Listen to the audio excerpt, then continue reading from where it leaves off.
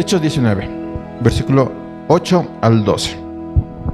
Voy a empezar con esto, hermanos. Un pastor dijo que cuando él cumplió 60 años, se preguntó a sí mismo, ¿qué voy a hacer con el resto de mi vida? Ya 60 años, ya son 60 años. ¿Qué voy a hacer con el resto de mi vida? ¿Qué voy a hacer con los años que me quedan?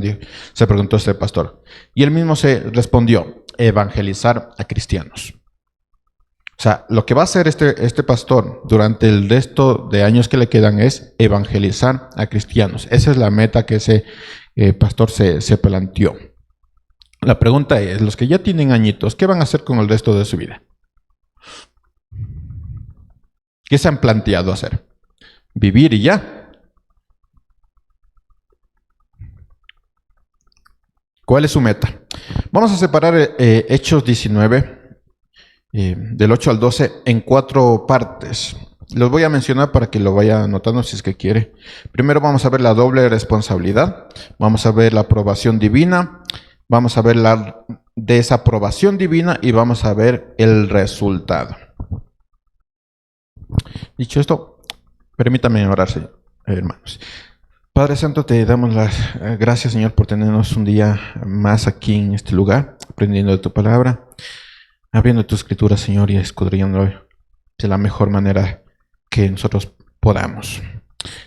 Te damos las gracias, Señor, por este tiempo y Señor, sé tú abriendo nuestro corazón, nuestros oídos, nuestros ojos, Señor, para escucharte solo a ti.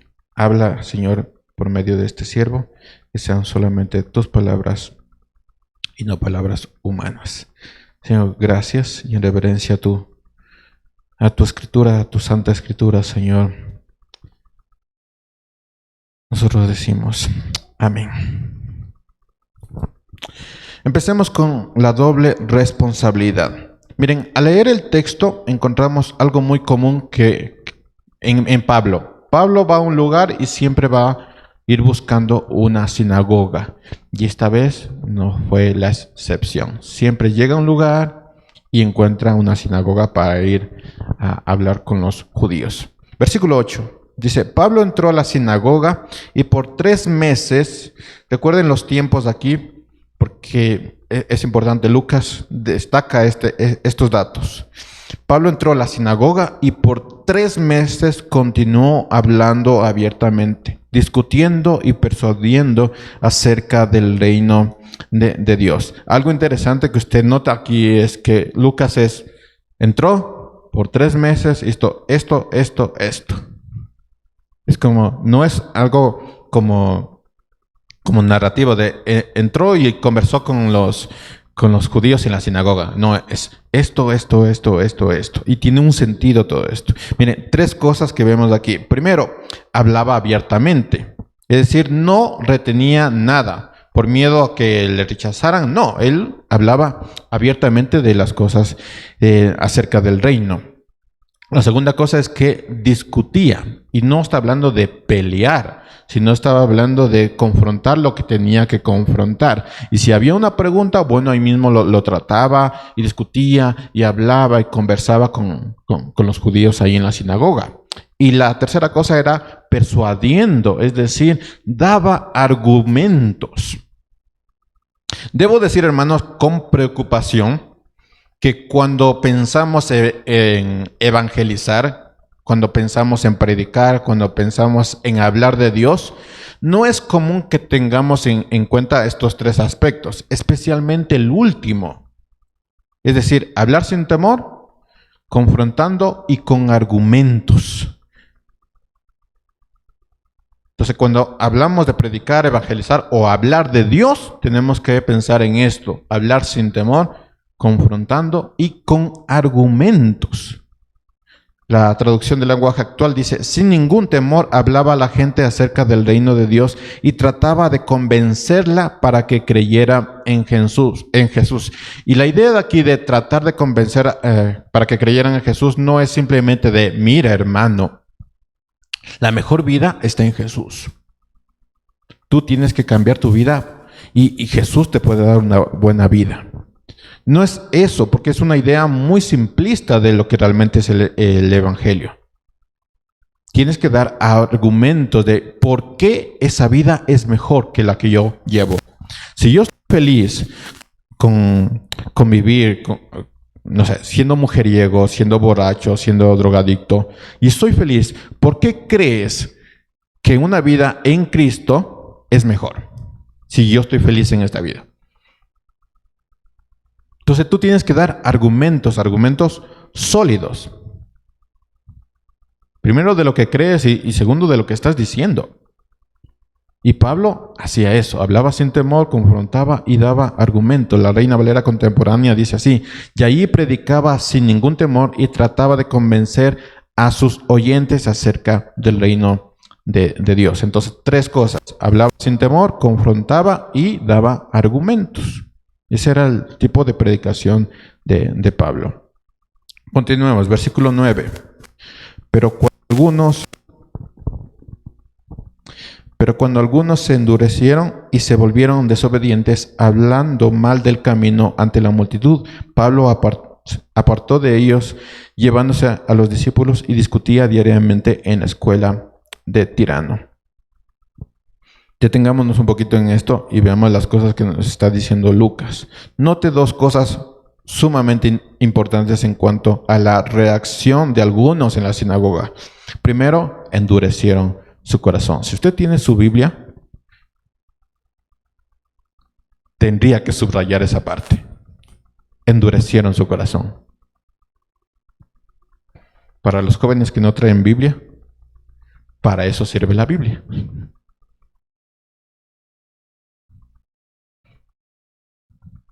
Endurecieron su corazón. Reina Valera contemporánea lo traduce como no le creyeron.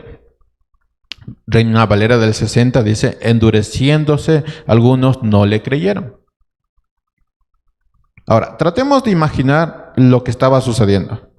Utilicemos nuestra imaginación. Pablo está predicando de Jesús, está predicando sobre el reino de Dios. Todos lo están escuchando como ustedes me están escuchando. Y todas las miradas están en Pablo, como ustedes ponen todas sus miradas en mí. Y sin embargo, algo está pasando en el corazón. Yo no sé lo que está pasando en su corazón. Solo sé que me están escuchando, que sus miradas están en mí. O en la pantalla, ¿no? Pero sus miradas están al frente. Yo no sé lo que está pasando en su corazón. Yo no sé lo que está pensando. Pero algo está pasando. Y lo que estaba pasando con estos judíos en la sinagoga es que estaba endureciéndose.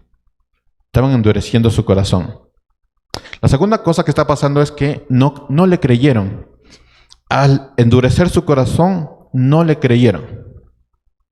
Es decir, todos estaban atentos a lo que Pablo estaba diciendo, todos estaban prestando atención, todos estaban escribiendo, todos estaban tomando notas, todos estaban subrayando su Biblia.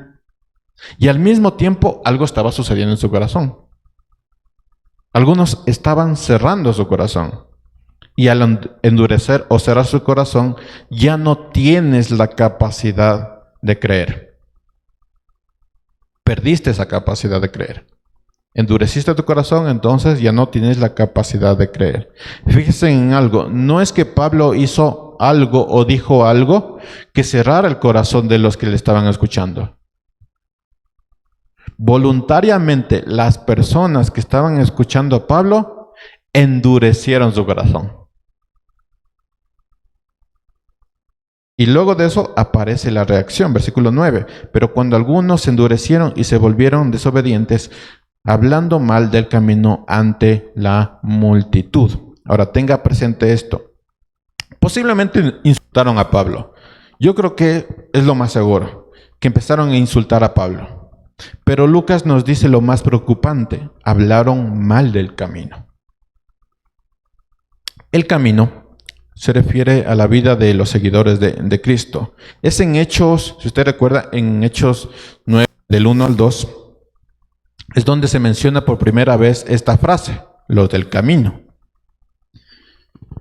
El asunto es sumamente emocional, porque si usted recuerda lo que pasó en Hechos 9, cuando aparece el término el camino, aparece cuando Pablo pide cartas a los de la sinagoga para arrestar y matar a los del camino.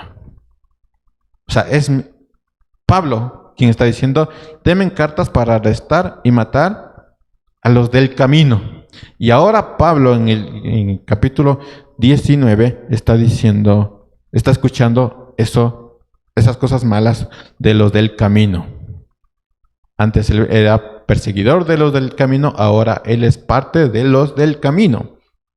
Entonces es sumamente personal lo que está escuchando Pablo.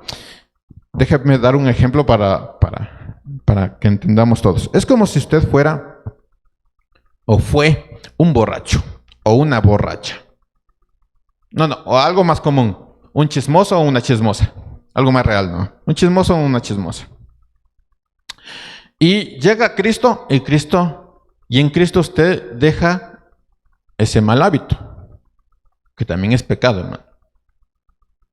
Deja eso. ¿Sí?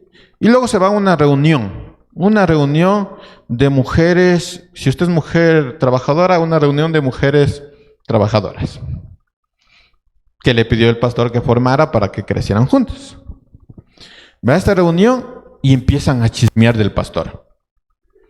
Que el pastor me obligó a estar aquí, que yo estaba bien en la casa, que yo porque tengo que conversar, y empiezan a chismear. Una persona que ha creído en Cristo saldría de esa reunión. No va a pasar, ¿no es cierto? Pero saldría de esa reunión. Entonces, lo que para usted era antes una vida, llegado a Cristo ya es otra vida. Ya. Entonces, escuchar que de ese pecado que usted dejó, de esa vida que usted dejó, debe ser sumamente personal y sumamente doloroso. Lo estoy hablando de manera muy, muy cristiana, pero en realidad, hermanos, es como irse al trabajo y reunirse con los grupos de amigos y escuchar chistes desagradables y estar ahí, ja, ja, ja, ja, ja. Qué buen chiste. Y después ir a la iglesia y alabar al Señor. O hablar o escuchar chistes desagradables sobre las mujeres, sobre las esposas, y decir, ja, ja, ja. Y después ir a la casa y decir, gracias, Señor, por tener esta esposa maravillosa. Usted invéntese historias sobre esto.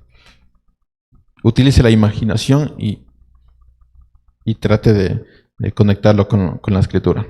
Entonces, es sumamente personal esto porque Pablo, cuando menciona la primera vez los del camino, estaba pidiendo cartas para matarlos. Y ahora está escuchando palabras en contra de los caminos, del camino que él mismo está siguiendo. Los del camino se refiere a tres cosas, si se preguntan. Primero, se refiere a los del camino de la salvación, por eso se llama los del camino. Segundo, los que siguen las enseñanzas de Jesús. Y tercero, la verdadera forma de vida con relación con Dios. A ellos se les llama los del camino. Es decir, hermanos, hoy, los cristianos.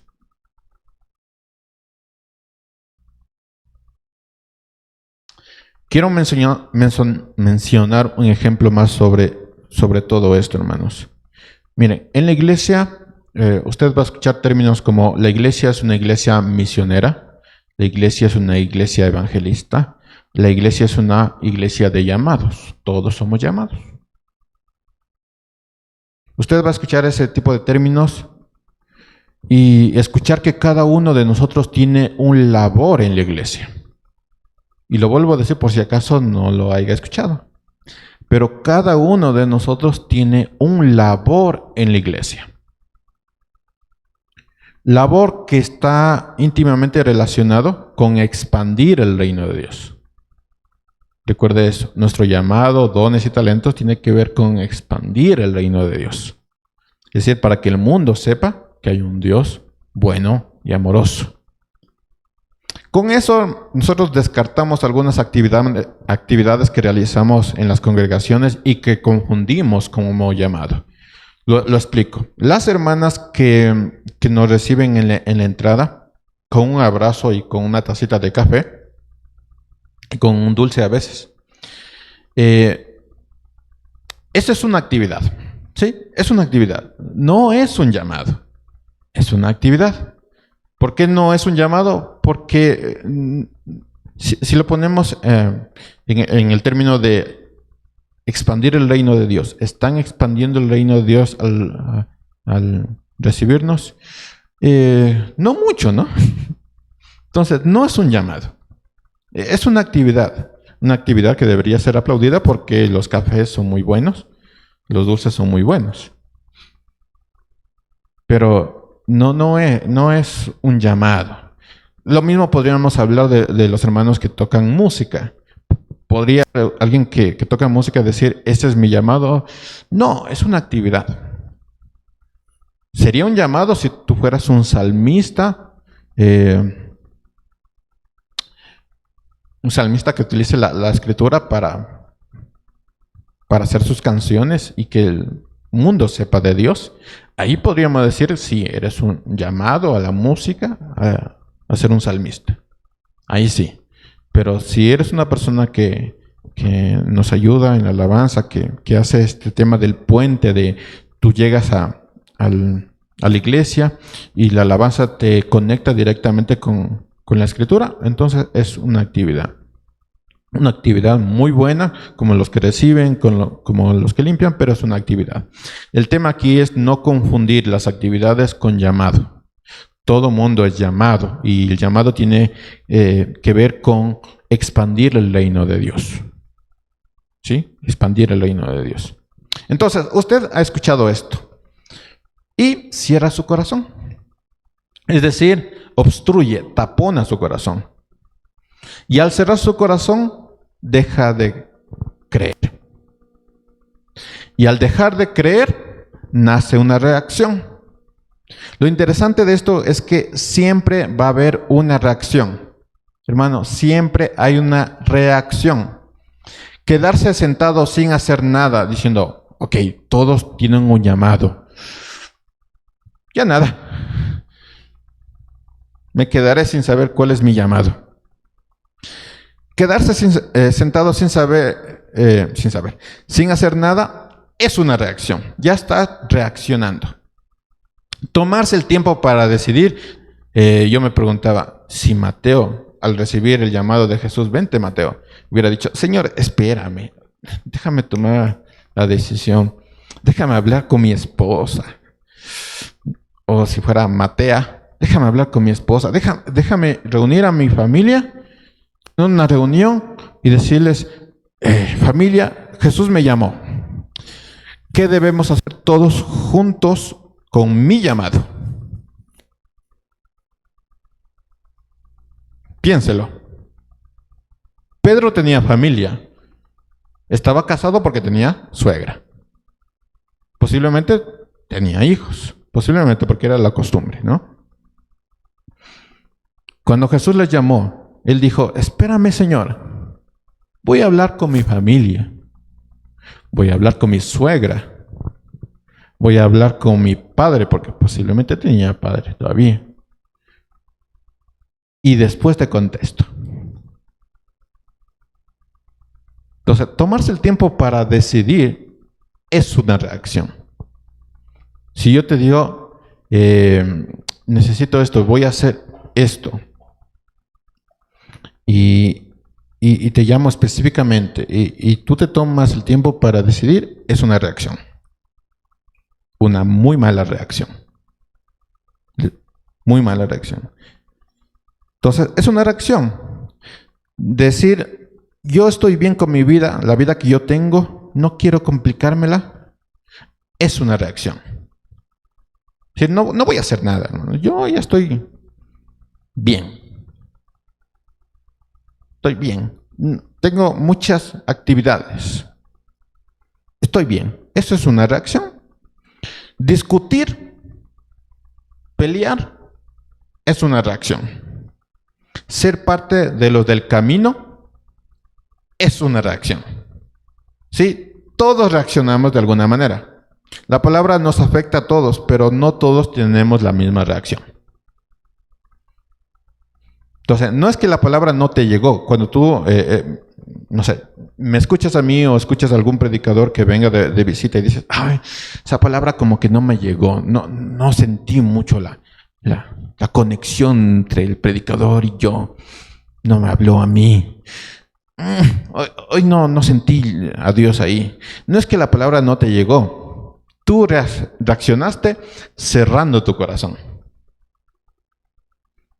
Te llegó, pero puede ser que en ese momento te llegó, pero con el pasar del tiempo y las preocupaciones de este mundo, mataron la palabra.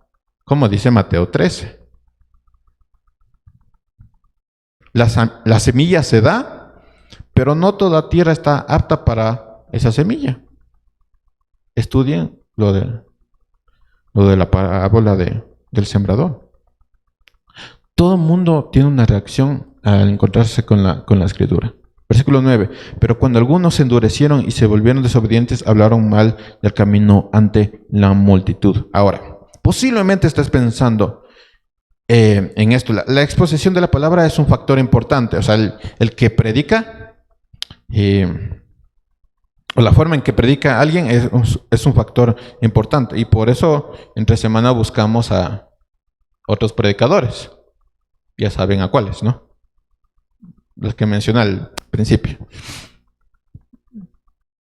Entonces, sí, la exposición de la palabra es un factor importante en esta dinámica en escuchar y reaccionar. Pero la exposición de Pablo tenía estos factores. Habló sin temor, confrontó y habló con argumentos. Podríamos decir que la predicación de Pablo estuvo bien estructurada. Fue bien dada. Los especios no podrían decir, yo no le entendí, la palabra de Dios no me llegó. No. Pablo, la predicación de Pablo, la enseñanza de Pablo fue bien estructurada. Entonces, esa idea de que, bueno, es que el predicador también, no. Aquí no se aplica. La verdad es que cada quien reacciona de diferente manera a la escritura. Si tú rechazas la escritura, reaccionaste de una manera. Si tú aceptas la escritura, reaccionaste de una manera. Todos reaccionamos de una manera frente a la escritura. La escritura siempre trae una reacción. Siempre va a traer una reacción. Entonces, yo no sé lo que está pasando en su corazón, pero usted va a reaccionar de alguna manera. Usted va a cerrar su corazón, va a dejar de creer, va a empezar a discutir, va a tomarse el tiempo para decidir, va a quedarse sentado. Es una reacción, hermanos, que yo no puedo controlar. Pero es una reacción. Lenguaje actual dice, sin ningún temor hablaba la gente acerca del reino de Dios y trataba de convencerla para que creyera en Jesús. Entonces la predicación de Pablo no era el problema. Era el corazón de los que escuchaban. Aún así, un grupo de personas endurecieron su corazón. A pesar de la predicación tan estructurada y bien hecha de Pablo, con argumentos y debates, algunas personas endurecieron su corazón. Versículo 9. Pero cuando algunos endurecieron su corazón y se volvieron desobedientes, hablaron mal del camino ante la multitud, Pablo se apartó de ellos llevándose a los discípulos. Esto es algo a tener en mente, hermanos. La responsabilidad no solo es del predicador, también es el que escucha.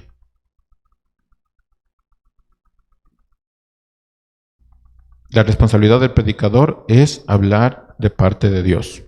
Y para eso es estudio, preparación, oración. Pero del que escucha también, el que escucha también tiene una responsabilidad. Todo lo que usted ha escuchado, o de lo que ha escuchado, es responsable. Si usted ha escuchado sobre el llamado, sobre los dones, sobre el lugar que uno tiene, sobre expandir el reino de Dios, sobre evangelizar, usted es responsable de eso. Entonces, llegando al cielo, no puede decir, yo no escuché, yo no entendí, yo no comprendí. Usted es responsable de eso.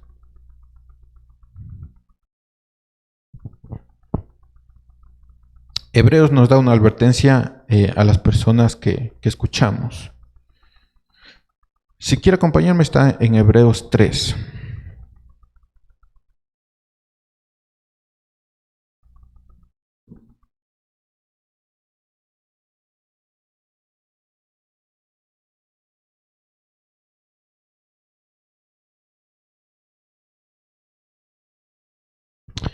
Hebreos 3, versículo 12.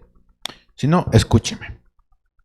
Tenga cuidado, dice, hermanos, no sea que en alguno de ustedes haya un corazón malo de incredulidad. ¿A quién les está hablando? A cristianos. Dice, entre ustedes, hermanos, tengan cuidado. Posiblemente haya alguno de entre ustedes que tenga un corazón malo de incredulidad para apartarse de Dios vivo. Antes, exhórtese los unos a los otros cada día, no los domingos, cada día. Mientras todavía dice hoy. No sea que alguno de ustedes sea endurecido por el engaño del pecado. Versículo 14, porque somos hechos partícipes de Cristo, si es que retenemos firme hasta el fin el principio de nuestra seguridad, por el cual Él dice, si ustedes oyen hoy su voz, no endurezcan sus corazones como en la provocación. Porque quienes anduvieron, habiendo oído, lo provocaron. ¿Acaso no fueron todos los que salieron de Egipto guiados por Moisés? ¿Con quienes se disgustó por 40 años? ¿No fue con aquellos que pecaron, cuyos cuerpos cayeron en el desierto? ¿Y a quienes juró que no entrarían en su reposo, sino los que fueron desobedientes? Conectan las palabras de Pablo ahí. Vemos pues que no pudieron entrar a causa de su incredulidad. ¿Y a quiénes les hablaba? ¿Recuerdan? A los hermanos, a los cristianos. Decía, miren, entre ustedes tengan cuidado que haya uno que endurezca su corazón. ¿Por qué? ¿Qué les pasó a los que endurecieron su corazón? No creyeron a Dios. ¿Y qué pasó a los que no creyeron a Dios? Dios juró que no entrarían en su reposo. Pero Dios, somos cristianos todos.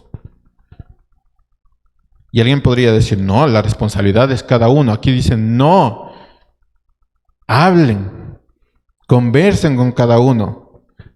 Vean que todos tengan el corazón abierto a las Escrituras. Tengan cuidado de que tu hermano, el que te llevas bien, no tenga un corazón incrédulo. Ten mucho cuidado. La advertencia continúa en el siguiente capítulo, capítulo 4, versículo 1. Por tanto, temamos,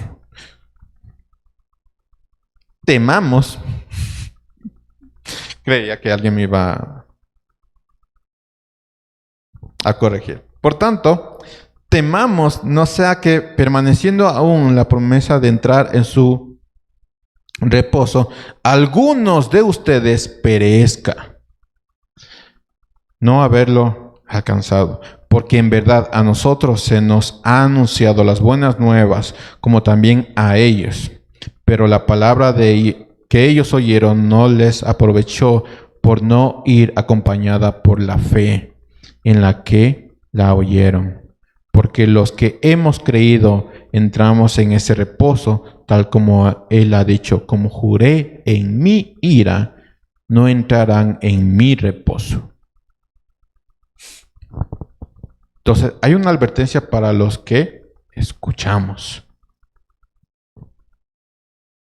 Escuchen esto. Cuando la verdad es rechazada continuamente, el evangelio se convierte en una especie de bola hecha de barro, que es tirada contra una pared. Entonces tú puedes venir todos los domingos, pero la verdad se ha convertido en una bola hecha de barro y tú eres una pared. Al toparse la verdad con una pared, desaparece. Pero tú la escuchaste.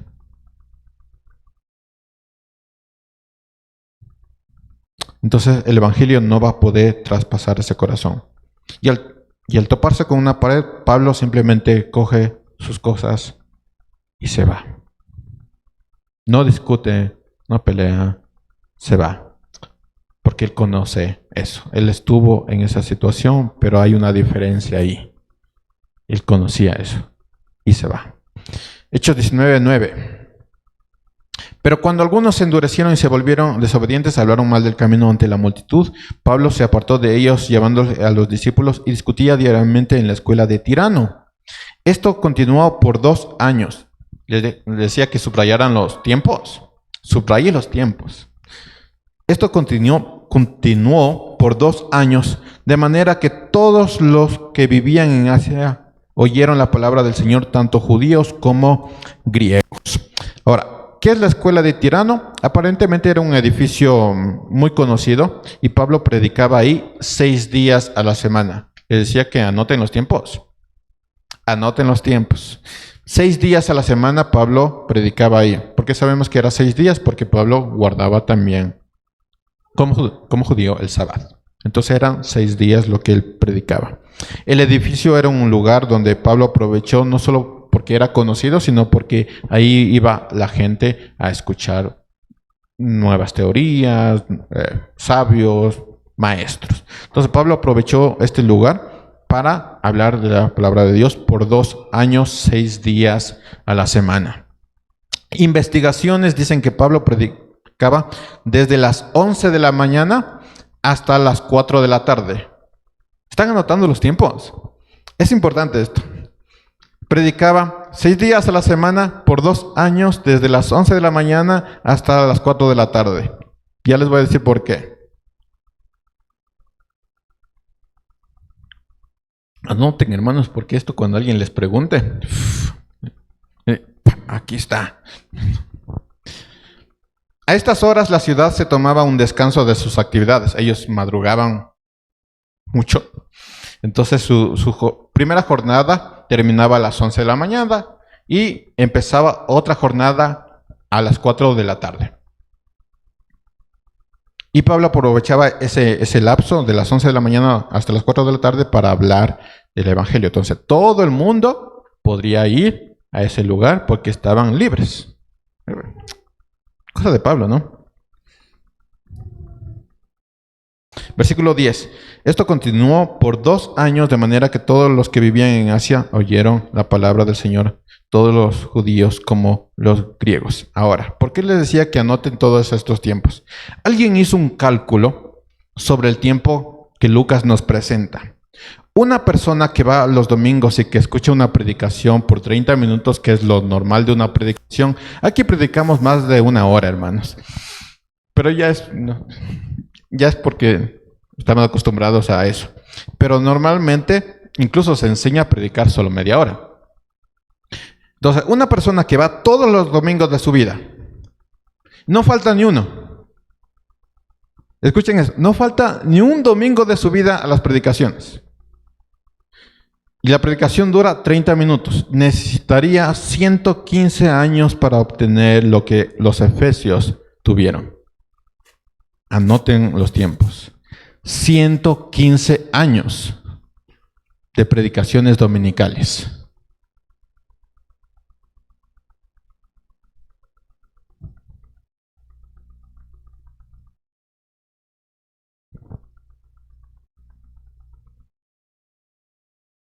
Ahora piénselo. Si los efesios necesitaron escuchar la equivalencia de 115 años de predicaciones dominicales, ¿por qué creemos que venir un domingo a la semana nos hace fuertes en la semana?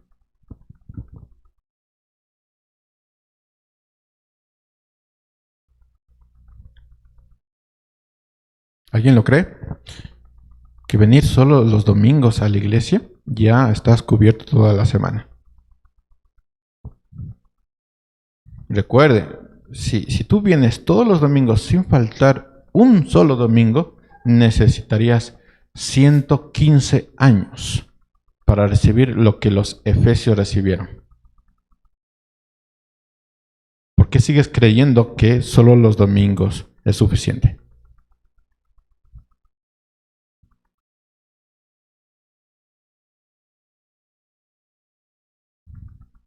La respuesta es necesario estudiar la Escritura mucho más de lo que escuchamos los domingos.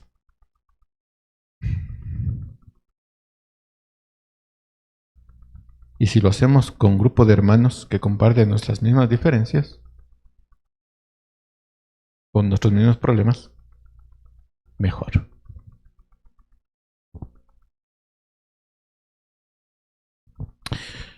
Vamos con el siguiente punto, aprobación divina. Versículo 11. Dios hacía milagros extraordinarios por la mano de Pablo, de tal manera que incluso llevaban pañuelos o delantales de su cuerpo a los enfermos, y las enfermedades los dejaba, y los malos espíritus se iban de ellos. Ahora, el texto nos separa dos tipos de sanidades. Primero, la sanidad directa, que es por la mano de Pablo. Es Pablo imponiendo la mano y la gente sanándose. Y la sanidad indirecta, que es realizada únicamente, pues Pablo tocaba un pañuelo, un sudario, y la gente llevaba ese sudario, llevaba ese pañuelo a las personas que estaban enfermas o tenían un espíritu, y la persona se sanaba y salía el espíritu. Entonces tenemos sanidad directa y sanidad indirecta. Pregunta, ¿alguien le recuerda esto? ¿O a quién le recuerda esto? Al Señor Jesús. Pregunta, ¿Pablo de quién estaba hablando cuando predicaba? Del Señor Jesús. Recordemos esto, que los milagros tenían una doble función. Primero, es una evidencia de la autoridad apostólica. La iglesia no contaba con una Biblia. Entonces, para poner a prueba a los mensajeros que venían de Dios tenían que tener algún acto extraordinario. Y los milagros era ese acto extraordinario. Entonces, la persona que hacía un milagro tenía autoridad apostólica. La segunda era que los milagros daban legitimidad a las palabras del apóstol. El mensaje de los profetas era sellado por los milagros. No, por los apóstoles. El mensaje de los apóstoles era sellado por los milagros. Así que las personas que estaban viendo los milagros en Éfeso podrían decir, sí, este hombre viene de Dios. Por los milagros. Porque no tenían una Biblia como nosotros tenemos. Ahora bien, los milagros que los ciudadanos de Éfeso estaban experimentando están muy distantes a los milagros que hoy podemos escuchar de algún pseudo apóstol. Los milagros en Éfeso, primero, no tenían precio. Parece poco, pero es una gran diferencia. Los milagros en Éfeso no tenían precio. Hoy podemos nosotros con Biblia en mano tener dos filtros o hablar de dos filtros cuando hablamos de personas que dicen que viene de parte de Dios. El primer filtro es que el mensaje de una persona que dice que viene de parte de Dios o que viene de parte de Dios deben ser comparados con la Escritura. Lo que dice una persona, las palabras que dice una persona, la predicación que dice una persona deben ser comprobados con la Escritura. Si alguien dice yo soy pastor, yo soy apóstol, yo soy enviado de Dios, todo lo que dice esa persona tiene que ser comprobado con la Escritura. Ese es el primer filtro. El segundo filtro es que la persona que dice que viene de parte de Dios debe vivir conforme a la Escritura. No puede decir, hermanos, ustedes tienen que tener un buen matrimonio, ser buenos padres, buenos esposos, y no vivir como eso. O ser un divorciado, o tener problemas en casa. No es posible eso. El ministerio, por lo menos el ministerio pastoral, es un ministerio muy abierto, muy visible, hermanos. Ustedes pueden ir a mi casa y preguntar a Marty, pregunten mejor a la niña, cómo me comporto. O los que están a mi círculo alrededor, cómo me comporto. Y es que el ministerio pastoral, el ministerio de la palabra es muy visible. Y tiene que ser así. Lo que yo estoy predicando también tengo que vivirlo. Y ese es el segundo filtro. Entonces, si ven a un predicador que es divorciado, hermanos, salgan de allí. Porque ya no es incorruptible.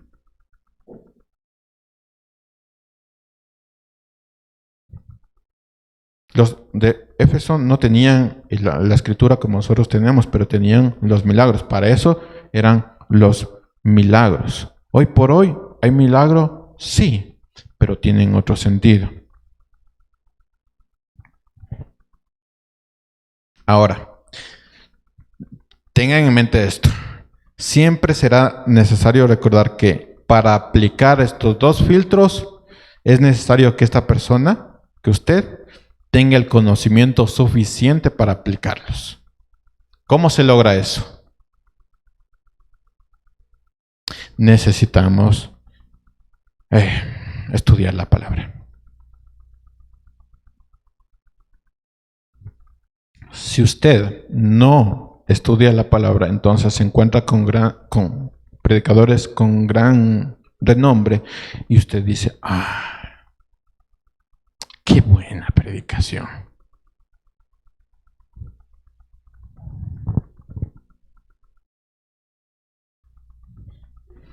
Y eso solo denota algo, hermanos. Usted, por decirlo de manera muy suave, ignora lo que dice la palabra. Pero póngale ahí un nombre. Entonces, todo lo que le dice una persona que tiene gran renombre, que es famoso, que sale en televisión, que sale en redes sociales y que tiene grandes vistas, te dice, no, es bueno. Es bueno. Y aún así, si ocultara las cosas o no dijera las herejías de manera tan directa, sino que las ocultara en palabras hermosas y bonitas de apoderamiento de la mujer, es así. Entonces, si usted escucha eso y lo compara con la escritura, aquí hay un problema. Pero si no escucha eso y se deja llevar por eso, usted está revelando algo que no sabe de la escritura, que no conoce su escritura. Alguien dijo, somos holgazanes del estudio de la escritura. Nos gusta que nos prediquen, que nos hablen al oído. ¿Recuerdan que hay eso? Que dijo Pablo a uno de sus discípulos, ten cuidado porque va a haber un momento en que les gusta escuchar. Y algunos cristianos dicen, sí, yo estoy con Pablo, es verdad, estamos en ese tiempo, y tú escuchando a ciertos predicadores, porque no haces esos filtros. Otra vez, hermanos, necesitamos estudiar la palabra más de lo que escuchamos los domingos, más. Si lo hacemos en grupo, mejor. Ahí estoy metiendo. Tercero, desaprobación divina. Versículo 11. Dios hacía milagros extraordinarios por mano de Pablo, de tal manera que incluso llevaban pañuelos y delantales, sudarios y eso, como dice el original, de su cuerpo a los enfermos, y las enfermedades los dejaban y los malos espíritus se iban de ellos. Lucas deja muy claro algo, hermanos. Sanidad y exorcismo son dos cosas distintas.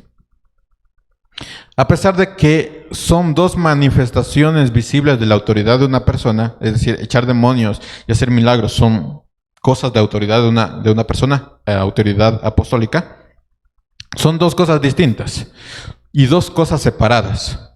Y esto es importante entenderlo, hermanos, porque puede ser que alguien diga que es enviado por Dios y le atribuya a las enfermedades un demonio. De hecho, hay una canción, una partecita de una canción sobre eso, muy popular. Sin embargo, no es así, hermanos. No es así. Lucas separa estos dos conceptos. El exorcismo y la sanidad son dos conceptos distintos. Y Lucas los separa. La traducción del lenguaje actual, que es la traducción que me gustó, que lo separaba, lo dice de esta manera. Creo que lo puse en pantalla. La gente llevaba los pañuelos o la ropa que Pablo había tocado y los ponía sobre los enfermos y ellos se sanaban. La otra parte. También ponían pañuelos sobre los que tenían espíritus malos y los espíritus salían de esas personas. El exorcismo y la sanidad son dos cosas distintas. Y debo decir, hermanos, que esto es un problema de interpretación, pero nosotros, como somos estudiantes de la palabra, no tenemos ningún problema de eso. ¿Por qué? Porque estudiamos la escritura, ¿no es cierto? Como somos estudiantes, estudiamos la Escritura y no nos dejamos llevar por ese tipo de cosas. Entonces, si ven a alguien que empieza a orar porque una persona con cáncer, a esa persona se le salga el demonio del cáncer o el espíritu del cáncer, hermanos, eso debe activar una enorme alarma en nuestro cerebro. Es decir, hey, le estás atribuyendo un demonio a esa enfermedad, pero eso es antibíblico. El exorcismo y las sanidades o las enfermedades son dos cosas distintas. No puedes atribuirle una enfermedad a un demonio. No puedes hacerlo. La enfermedad, hermanos, es resultado de la caída del hombre. Por lo que todos estamos enfermos. Pablo estaba enfermo. ¿Quiere decir que tenía un demonio? ¿Un demonio en los ojos?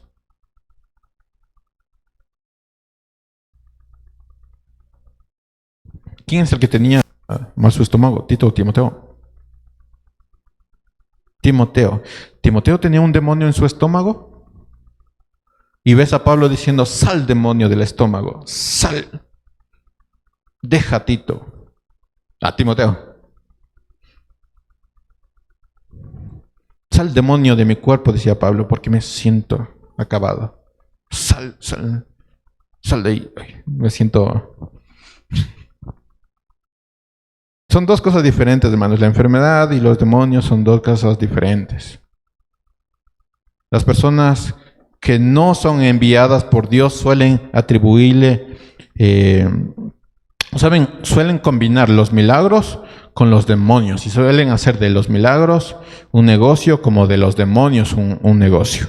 Versículo 13. Pero también algunos de los judíos exorcistas ambulantes tomaron de invocar el nombre del Señor Jesús sobre el que tenía espíritus malos, diciendo, les ordeno que salgan en el nombre de Jesús a quien Pablo predica.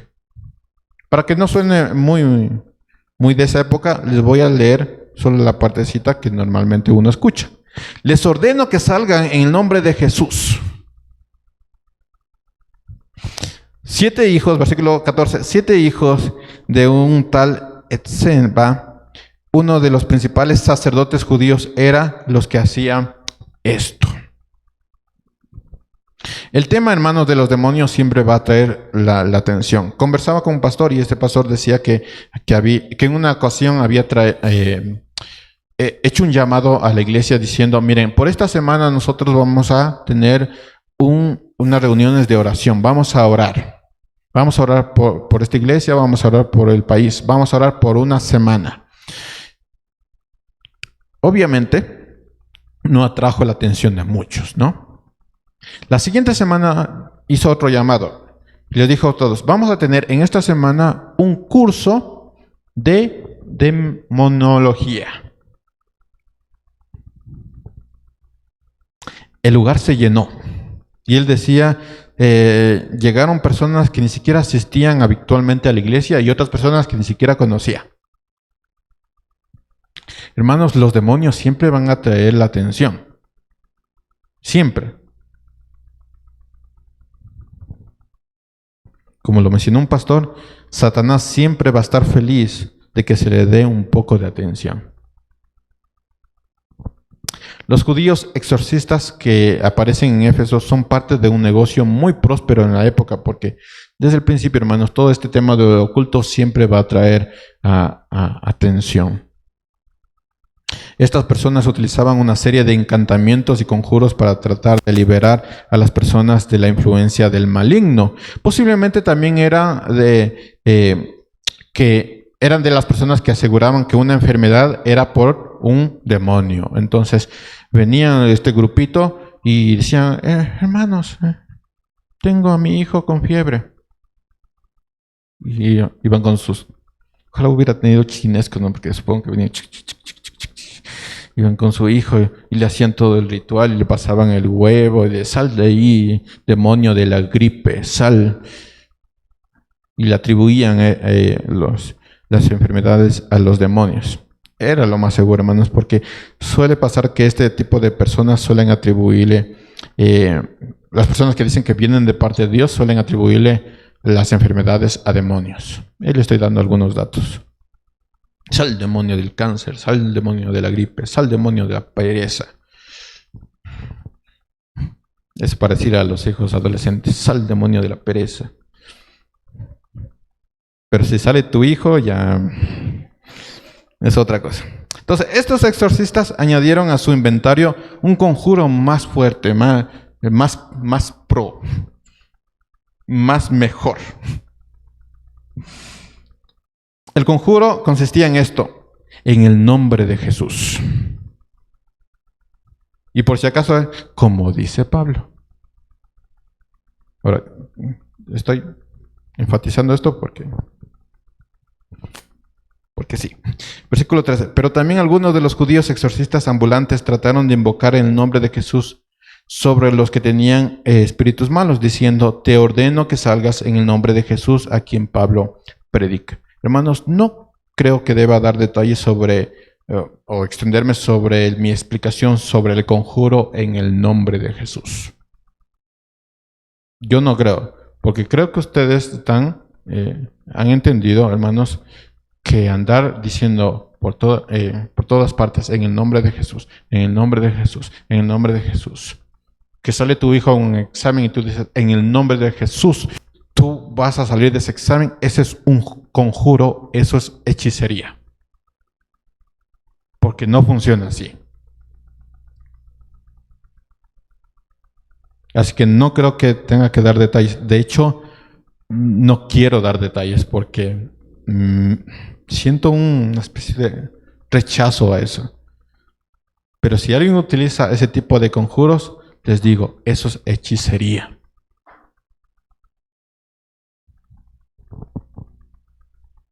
Versículo 15. Pero el espíritu malo le respondió, a Jesús conozco y sé quién es Pablo, pero ustedes, ¿quiénes son?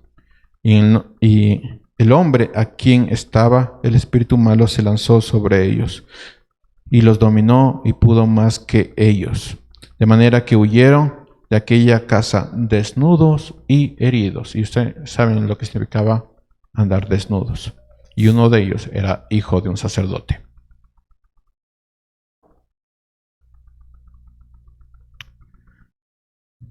Dos lecciones sobre el tema, hermanos, sobre este tema. Primero, en el nombre de Jesús no es un conjuro. Lastimosamente, muchos sí lo han transformado como en un conjuro.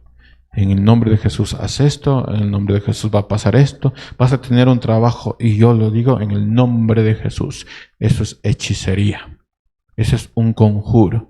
¿Tú qué crees? ¿Que estás abriendo puertas al decir en el nombre de Jesús? ¿A qué suena eso? A hechicería, hermanos. Es pura hechicería. No puedes pretender que todas las circunstancias malas se derrumben solamente por decir en el nombre de Jesús, porque eso es hechicería. Y como lo puedes ver en el texto, si haces eso, tienes más relación con los hechiceros que con Pablo. La segunda cosa que podemos ver aquí es que hasta Satanás reconoce quién es discípulo de Jesús y quién no. Ahora te pregunto, ¿tú podrías reconocer quién es quién? ¿Tú podrías reconocer a un predicador quién es quién?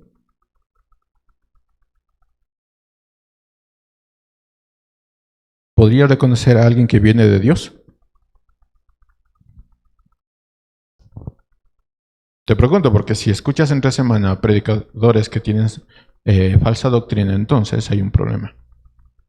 Si no te das el tiempo para escudriñar la palabra, entonces no podrías hacerlo. Mejor aún, si usted fuera uno de los exorcistas, ¿qué diría aquel demonio de usted?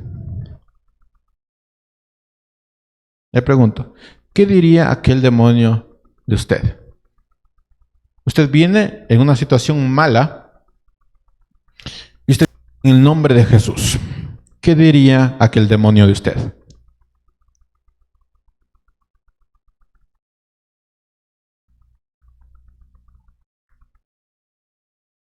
Cuando alguien utiliza el nombre de Jesús como un conjuro, ¿qué diría el demonio de aquel suceso?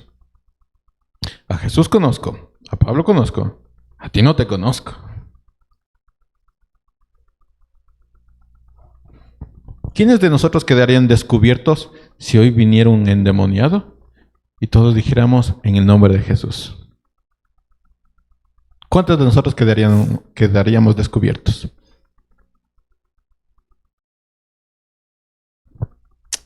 Y pasemos al último punto, el resultado. Versículo 17. Supieron esto todos los habitantes de Éfeso, tanto judíos como griegos. El temor se apoderó de todos ellos y el nombre del Señor Jesús era exaltado. ¿Ven la diferencia? Ahí decían, no, en el nombre de Jesús saca el demonio. No, ahí no estás exaltando al Señor. ¿Cómo fue exaltado el nombre de Jesús? Con vida. Solo es vida, hermanos. Esto es vivir las enseñanzas de Jesús. ¿Como quiénes? Como los del camino.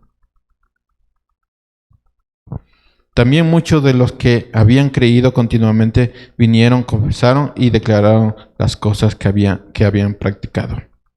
Entonces los habitantes de Éfeso estaban dejando atrás sus creencias. El nombre de Jesús era exaltado. La traducción del lenguaje actual lo dice de manera muy, muy bonita. Dice versículo 18, muchos de los que habían creído en el nombre de Jesús le contaban a la gente todo lo malo que antes habían hecho. Otros que habían sido brujos traían sus libros de brujería y los quemaban delante de la gente. Y el valor de los libros quemados era como de 50,000 monedas de plata.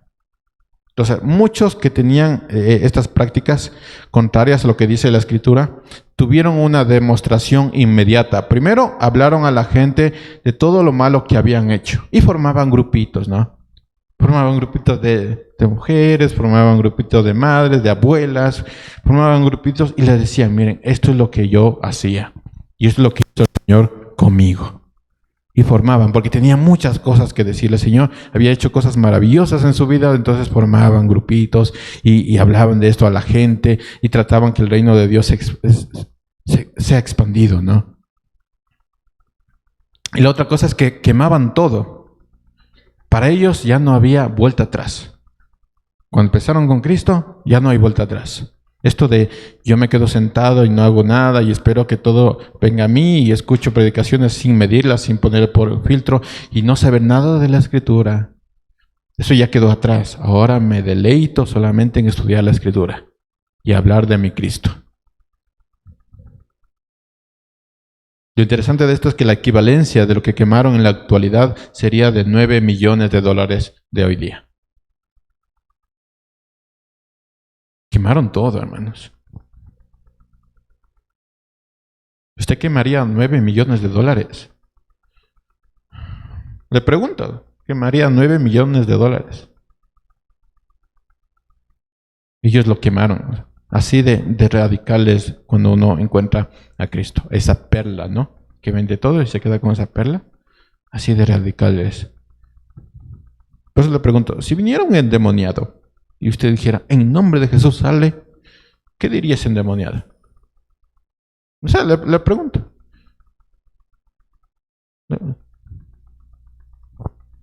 Dos clases de personas vemos en este punto, hermanos. Las personas que se autodenominan sacerdotes o cristianos para nuestra época y utilizan los milagros y los demonios como un negocio. Y utilizan también, pues, ciertas cosas de brujería. Y aparentemente parece que están muy conformes con eso, ¿no? Si te perdió cualquier cosa, en el nombre de Jesús va a aparecer. Estás enfermo, en el nombre de Jesús vas a ser sano. Esa hechicería, hermanos.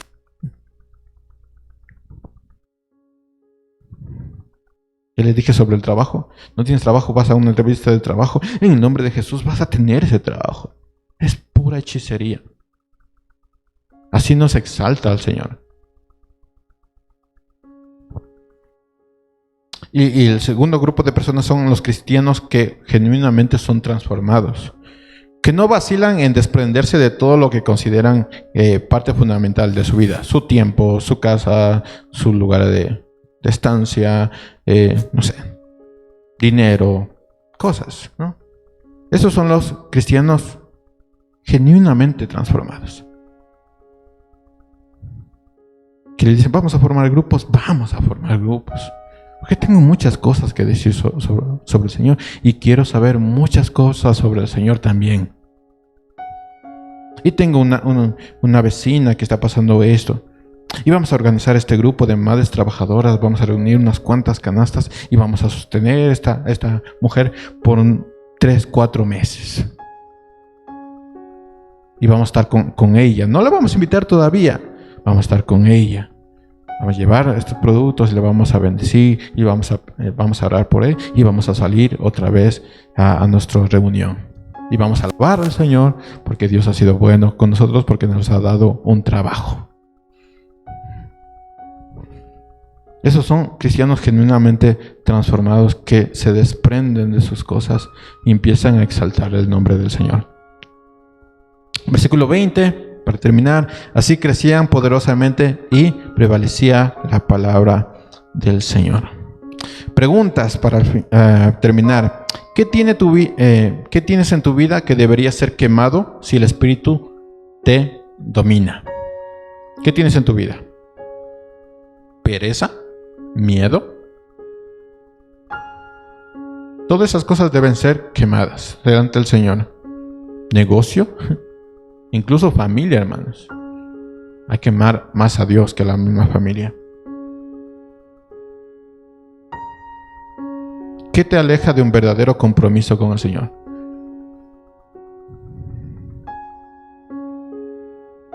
¿Qué debe ser quemado de tu vida? ¿Qué hace que tu corazón se cierre? Que cuando salgas de aquí digas, ¡ah! ¡Qué buena predicación eso de los demonios! ¡Ufa! En el nombre de Jesús, que no me caiga un demonio.